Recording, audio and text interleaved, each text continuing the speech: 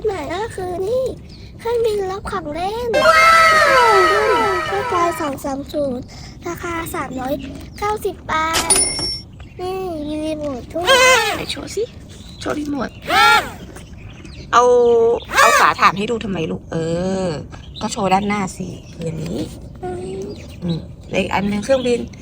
เอาด้านหลังให้ดูทำไมเอาด้านหน้าสิครับก็ด้านหลังมีไฟเปิดปิดด้วยตรงนี้เนาะด้านหน้าล่ะนี่ก็เป็นแบบนี้เลยโชว์ยังโอเค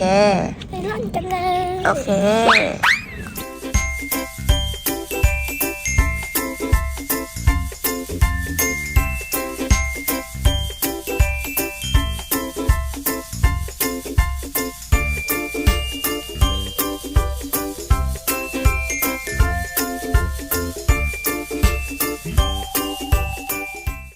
นี่นะน้องๆต้องจับ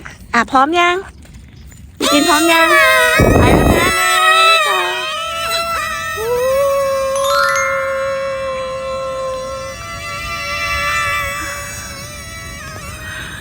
กล้องจับไม่ทันเลยเอาไปไหนแล้วล่ะนี่เยี่ยม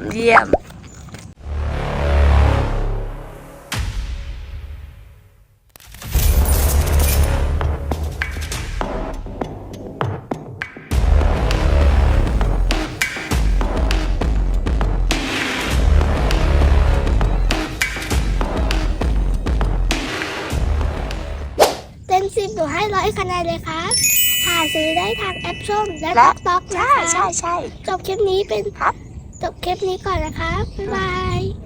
อย่าลืมติดตามช่อง ยูจินแฟมิลี่และกด Subscribe เยอะๆนะคะค่ะ